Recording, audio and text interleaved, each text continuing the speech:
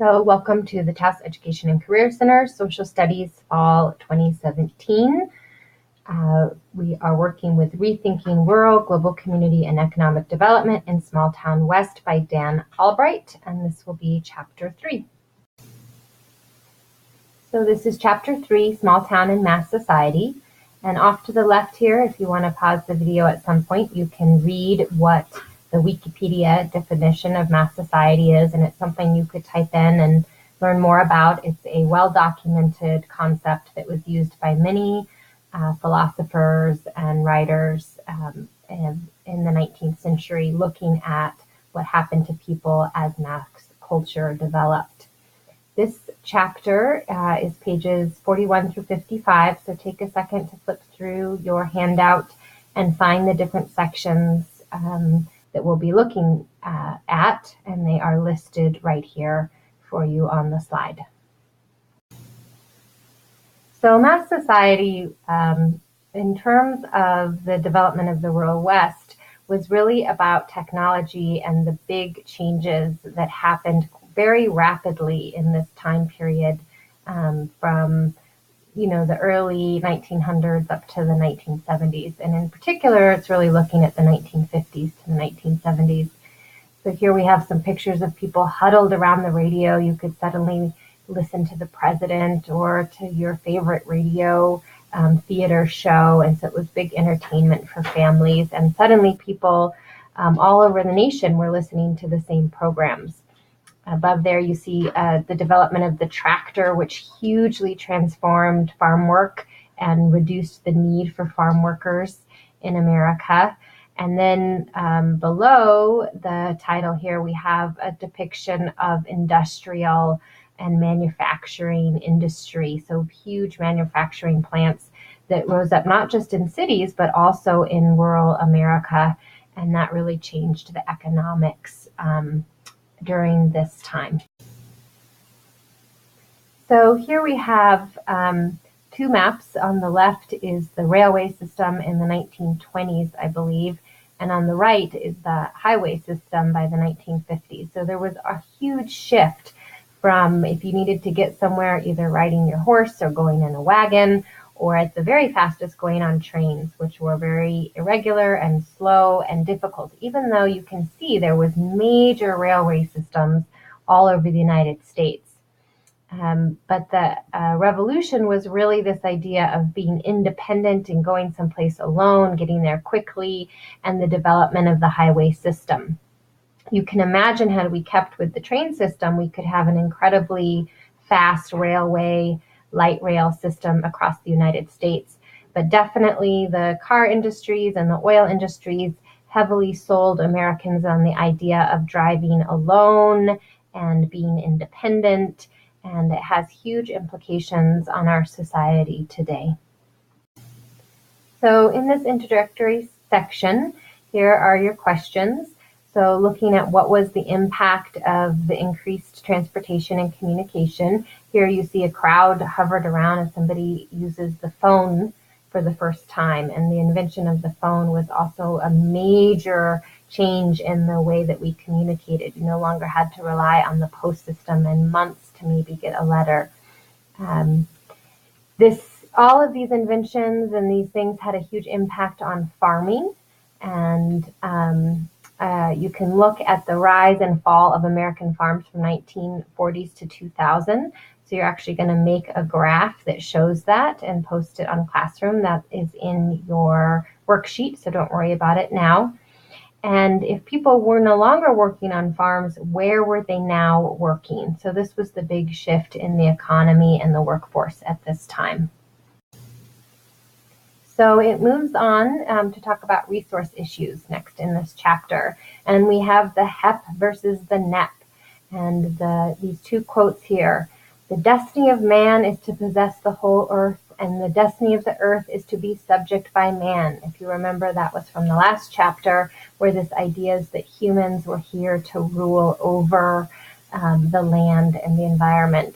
What started to emerge in mass society era was this idea that humans are a part of nature and that we're all a part of a community. And if you harm one part of the web, it harms us all. Here's a quote by Aldo Leopold, who was one of the founders of the environmental movement. He says, "A thing is right when it tends to preserve the integrity, stability, and beauty of the biotic community. It is wrong when it tends otherwise." So the biotic community is the environmental or ecosystem. And you start to see this idea of a moral right or a moral commitment or an ethic to preserve the whole of the earth. So here's some quotes that you can either pause the video or read quickly from Aldo Leopold.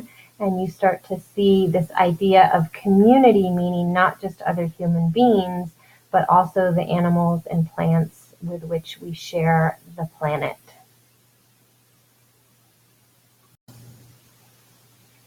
And so we start to see the rise of the environmental movement. These are some early protesters protesting a dam that would have flooded and filled up the Grand Canyon. Obviously, that did not succeed. And then here is a cartoon of the Forest Service, and it's saying that they are there to protect what's left of the forest and public lands from the devastation and destruction. And so how do we be a practical forester? And this was the time during Roosevelt's presidency. So you could type in President Roosevelt and see he's very key in this time, because a lot of the dams that were built and the U.S. Forest Service and the park system and preserving public lands, that was all done under Roosevelt's presidency and had huge impact both on the economy by creating jobs and also on the rural West, as it put a lot of public lands into the hands of the U.S. government. And many people feel many different ways around that. There are two questions around why we should protect the environment. And so you can look those up on pages 44 and 45.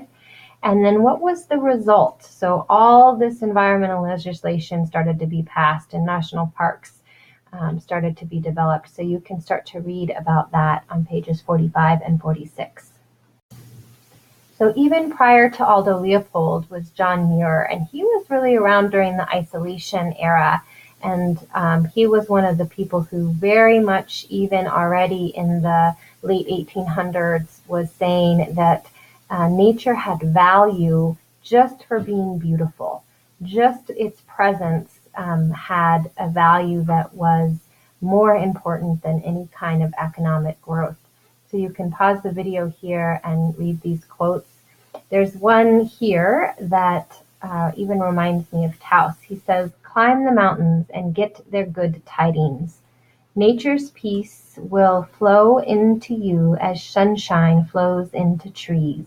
The winds will blow their own freshness into you, and the storms their energy, while cares will drop away from you like the leaves of autumn." So often in Taos, regardless of your age or background or who you are, you'll hear people say they like to go to the mountains, and it clears their mind and they like to get away. So that's what John Muir and Aldo Leopold were very much about, this idea that nature had value in and of itself, even not by extracting resources from it, but by just leaving it alone and allowing it to be beautiful. So this era was really the birth of the environmentalism movement. This is somebody else's slides here that I put in my own presentation that I took from the internet. But we see the early environmentalism that we talked about. Then you start to see the modern movement when Rachel Carson wrote Silent Spring and the Environmental Defense Fund and Greenpeace and all the Environmental Protection Agency. You can click on the link to learn about Silent Spring. It was one of the first books that came out that really showed about the negative impacts of pesticides, particularly DDT, and how it was causing cancer and killing fish, and the incredible horrific impacts it was even having on the birth of newborn babies. So Rachel Carson was one of the first environmentalists to really bring to light the dangers of many of the chemicals that we were using that we now all recognize are not safe for humans or the environment. And then you start to see all of these environmental protection acts listed here, and then also on pages 45 and 46. So you're going to want to go ahead and look at those pages and list them. And then we have some cartoons about the effects of chemical pollution, and then this painter saying, I want to capture the moment before the toxic chemicals do. And that is literally what people did, as we'll see in the next slides. So one of the ways that the environmentalists attempted to preserve nature was by painting it and showing the rest of the world how beautiful it was. So this is actual photograph and a painting of Hetch Hetchy. So if we start to look now in the section moves into looking at water and agriculture and the ways that people started to actually fight the dams being built, because huge valleys get flooded when dams are built. So this is the Hetch Hetchy Valley that was an exquisitely beautiful place, much like Yosemite, and had these very tall granite walls, and it's now all underwater. And so these are your main questions here. They did not win the Hetch Hetchy battles, obviously. That dam was built, but they went on to fight other dams. They protected the Grand Canyon, but many of the dams went on to be built and had huge impacts, as we talked about in the last chapter, on the health of the river and the aquatic systems, and even on the larger environment. There's a funny quote here that says, I have been told there are two things men will fight over, water and women, in that order. And certainly there has been huge conflict about water usage in the West, and many say that it will be one of the main subjects of conflict heading into our future. The chapter then goes on to look at the Western rangelands, and so the Bureau of Land Management, which the federal government manages a lot of the open rangelands through the BLM, and in 1974 they must suddenly comply with the National Environmental Policy Act, and they have to turn in reports about the impacts of grazing on public lands. This is hugely contested, and it brings up the question of how do we know what is true?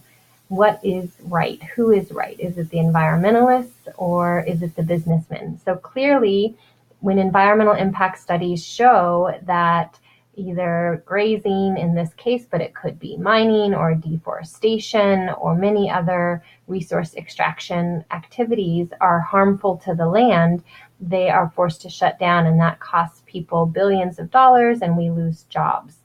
On the other side, when we completely destroy the environment, we also, in the long run, lose jobs and deplete the possibility for future generations to live off the land.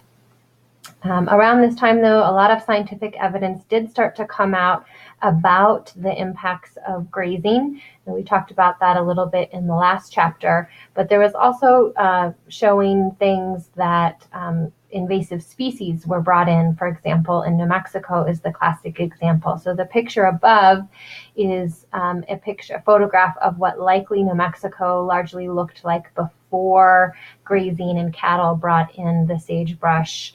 And they were tall grasses, and it was much, much more lush. After invasive species and overgrazing, it looks much more like the desert that we know today. But the big question here is, how do we know what is the truth? And that's something that very much applies to the environmental controversies we see today. And then if we look at the forest, again, if you remember that slide from the last chapter where, all of the old growth at this point has been cut down, and we are just dealing with really managing second growth forests. And Pinchot is on the left here. If you look at this cartoon, it shows him as a kind of a king. He was the guy who managed the Forest Service.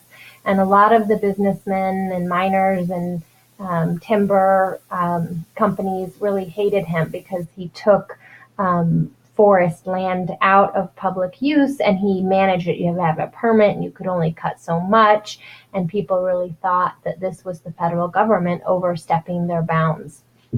It was also a time here you see the emergence of Smokey the Bear, where people really had this idea that we had to manage forest fires and prevent forest fires. Now a lot more is known about the necessity of fire, but back then they were really trying to control fires, and they started to control how much could be cut down. For New Mexico in particular, you have the issues of the land grants. And so there's the famous Tierra Amarilla land grant story where they took over the courthouse in demand of their land, trying to get their lands back. And I highly encourage you to research about that if you don't know what it is. It was really a very recent and amazing demonstration of people saying that, hey, this land was deeded to me by the King of Spain and the federal government had no right to take it. There are whole court systems set up to try to negotiate these land grant titles. The irony is that most of these land grants were stolen from the Native Americans originally. And so you see this kind of double stealing, first taken from the Native Americans and then taken from the Spaniards by the US government via the National Forest System. And there's a huge debate of whether the lands had been left in the hands of private citizens, if they would have just deforested everything like we saw in the isolation era, or would they have managed it properly? Did it need to have that done? And you also get into a debate between state and federal power. So there's a lot of political issues around the land grants and the forest system in general. And regardless of whether the forest system should manage it or not, there's still a tremendous amount of forest lands that are clear-cut to this day, but it definitely started to reduce in this mass society area. And so you can look on page 52, and it gives you many reasons why people started to reduce the clear-cutting that went on. And you can also look what was the impact, the environmental impact of clear-cutting on salmon and other aquatic species. The last section talks about Western minerals and energy. The first part talks about the Manhattan Project in World War II, which is near and dear to our hearts because, as we all know, we developed the bomb in Los Alamos. And this really created a push for uranium mining in the United States. Prior to that, the book says we had to import it from out of the nation. And so there was a big push to find uranium in the West, and they did. And so many boom towns arose in Utah. People made millions and millions of dollars. And you can look on pages 53 and 54 to see that there are environmental impacts to this day that are left over from those uranium mines. And there's a link there to learn more about the Manhattan Project in World War II. And this is where you really start to see the impact of global society. We're starting to come into a time where global society really impacted our local environment, our local economy, and of course ended up impacting the world in a huge way. And the book lastly looks at the oil and gas and also the coal industry. This sector around energy was not really hit by the environmental regulations in the same way that water and forests and grazing were. And so it explains there's a reason why, and you can look that up on page 54. But really at this era, the oil and gas industry were still booming and growing, as was the coal industry. And I included a link there just about the history of oil discovery in our state. So in summary, we were looking at the World West and mass society and really kind of a short period of time, the 1950s through the 70s. Although mass society as a philosophy is really starts in the 1890s. So mass society is sort of the development from the isolation era and all the technological and communication changes that happened really to bring us up to modern times. So if you look a little, compare and contrast between the isolation era and the mass society era. And really the main shift was the HEP versus NEP. So humans really ruling over nature versus humans being a part of nature. And then the consequences, realizing the scientific basis of understanding the environmental impact for a lot of our resource extraction policies prompted the creation of a lot of the environmental legislation that we see today.